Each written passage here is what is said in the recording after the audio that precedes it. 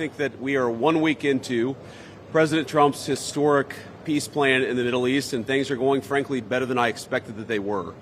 This is a very, very tough situation. You have two peoples, two enemies who have fought a very tough conflict against each other. You have a terrorist organization on one hand that murdered a lot of innocent people.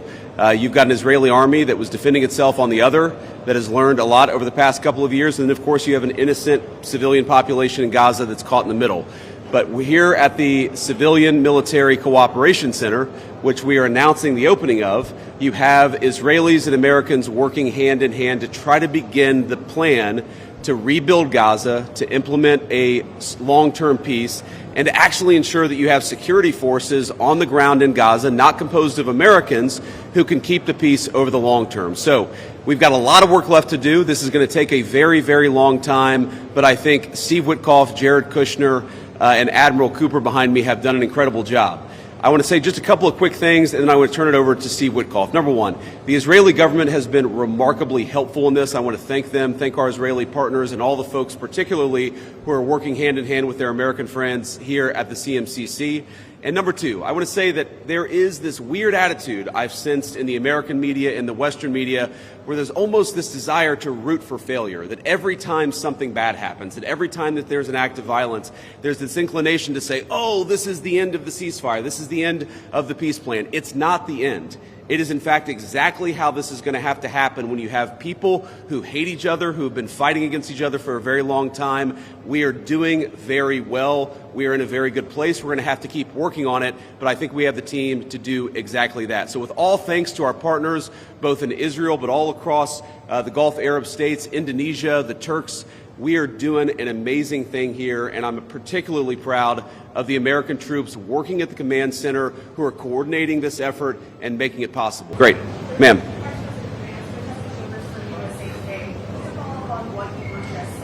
How much time does Hamas have to lay down its arms before the United States either takes dramatic action or authorizes ballots? Well, look, the president actually put out a truth this morning that I thought was very instructive. We know that Hamas has to comply with the deal, and if Hamas doesn't comply with the deal, very bad things are going to happen. But I'm not going to do what the President of the United States has thus far refused to do, which is put an explicit deadline on it, because a lot of this stuff is difficult.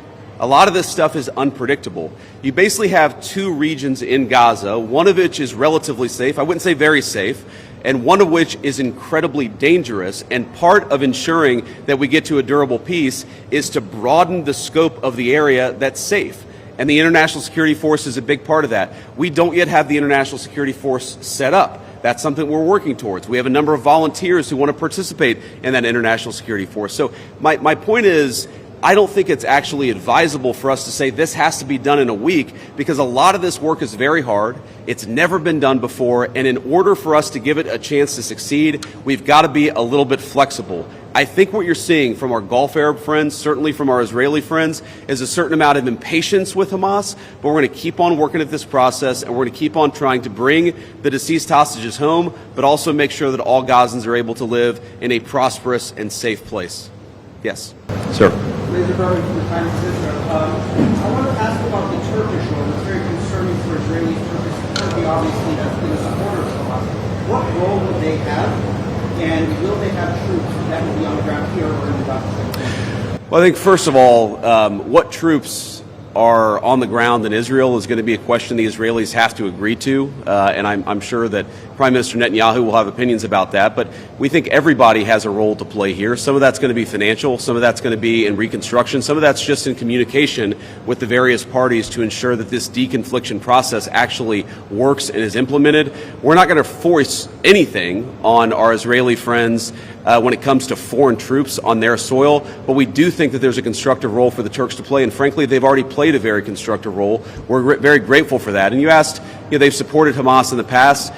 No one who is a party to this conflict can look in the past and not point at something that they don't like or that they disagree with. Everybody who's been involved in this conflict can point at one other person. One of these flags can point at another flag and say, we hate that person for various reasons. The way that we're going to get to peace is to focus on the future, which is what the President of the United States has asked us to do. And we think everybody here is very willing to do that and is very eager to engage in that effort.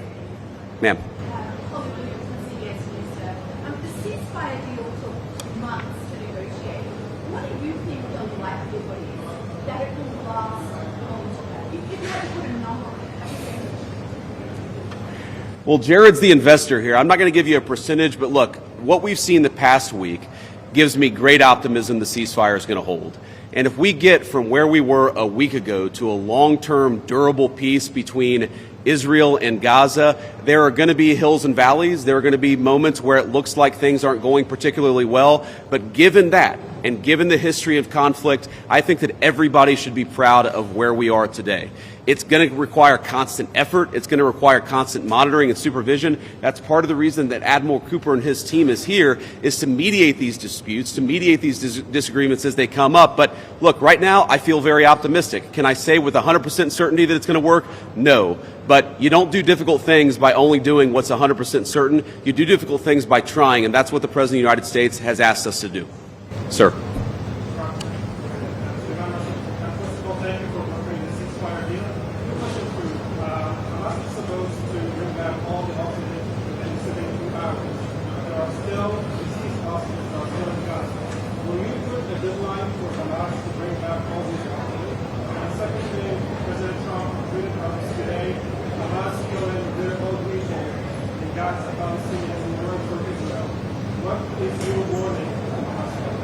Yeah, so Steve, I'm going to ask you to follow up here, but let me say just a couple of words about the deceased hostages. I mean, one of the stations that I met with, one of the groups that's working on this that I met with earlier, they actually have a photo of the 15 deceased hostages who are still in Gaza. It is a focus of everybody here to get those bodies back home to their families so that they can have a proper burial.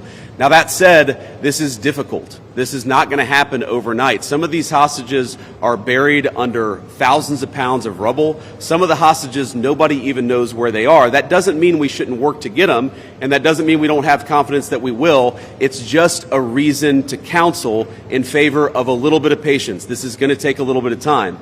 And look, our warning to Hamas is very straightforward. The terms of the 20-point plan that the president put out there is very clear. It's supported not just by Israel, but by all of our Gulf Arab friends. It's that Hamas has to disarm. It's that Hamas has to actually behave itself, and that Hamas, while all the fighters can be given some sort of clemency, they're not going to be able to kill each other, and they're not going to be able to kill their fellow Palestinians. Now, again, that's going to take a little bit of time. We're talking about how to set up the security and humanitarian apparatus to put all this in place. But right now, where I stand, I feel confident that we're going to be in a place where this peace lasts, where it's durable. And if Hamas doesn't cooperate, then as the President of the United States has said, Hamas is going to be obliterated. Steve, do you want to add anything about the hostages? I think you said it, sir. Okay.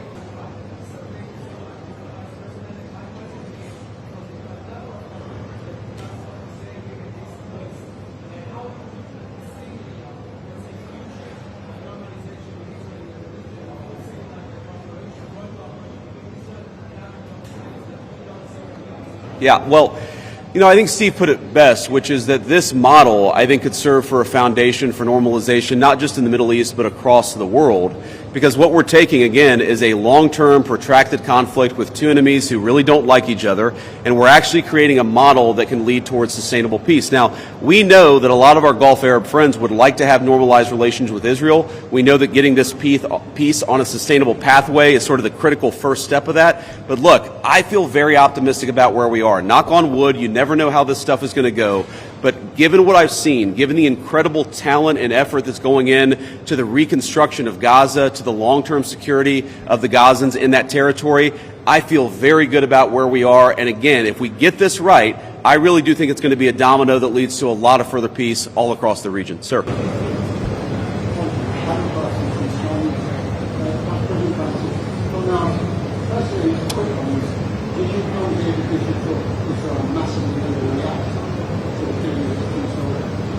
Secondly, following the reactions to this plan, do you now believe it is feasible to have a government structure not be strong Palestinian?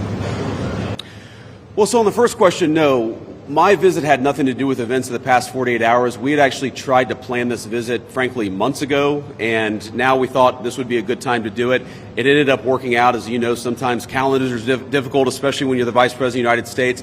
But I wanted to come. I wanted to check in on things. I wanted to, talk to the troops who are working very hard to coordinate this massive relief effort.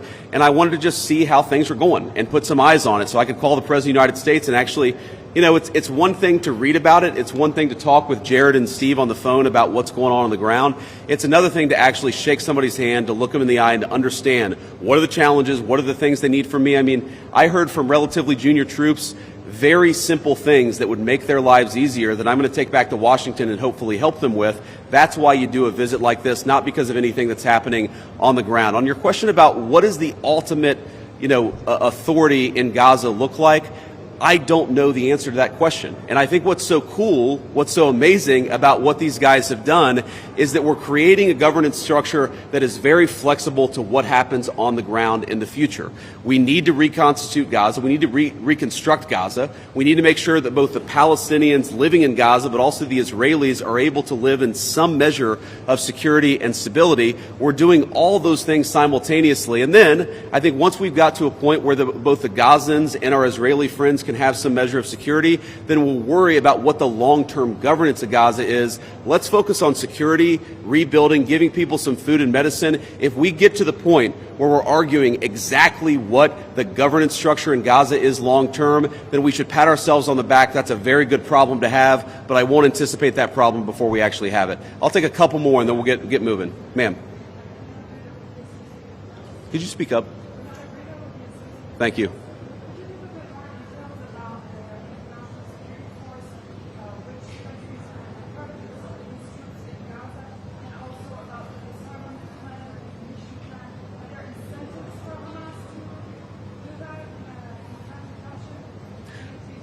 Well, the incentives are that unless Hamas disarms in accordance with the agreement, very bad things are going to happen, right? And also the incentive is that if they disarm, there is a better future for everybody on the other side of it. But in terms of the International Security Force, Steve and Jared, Admiral Cooper, are working on that very issue right now. Remember, this peace deal was struck under the president's leadership literally a week ago. The hostages were returned, 6 days ago, 5 days ago? So we're in the phase now where we're actually starting to conceptualize what that international security force would look like.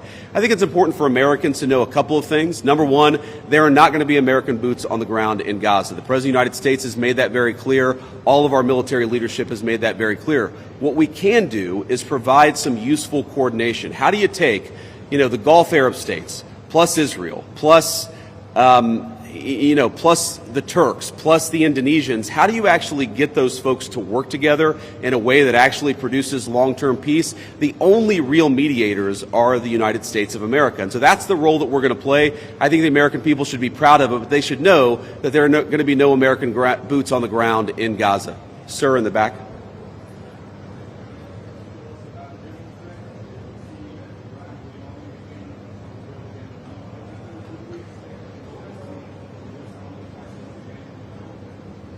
Could you ask the very last part?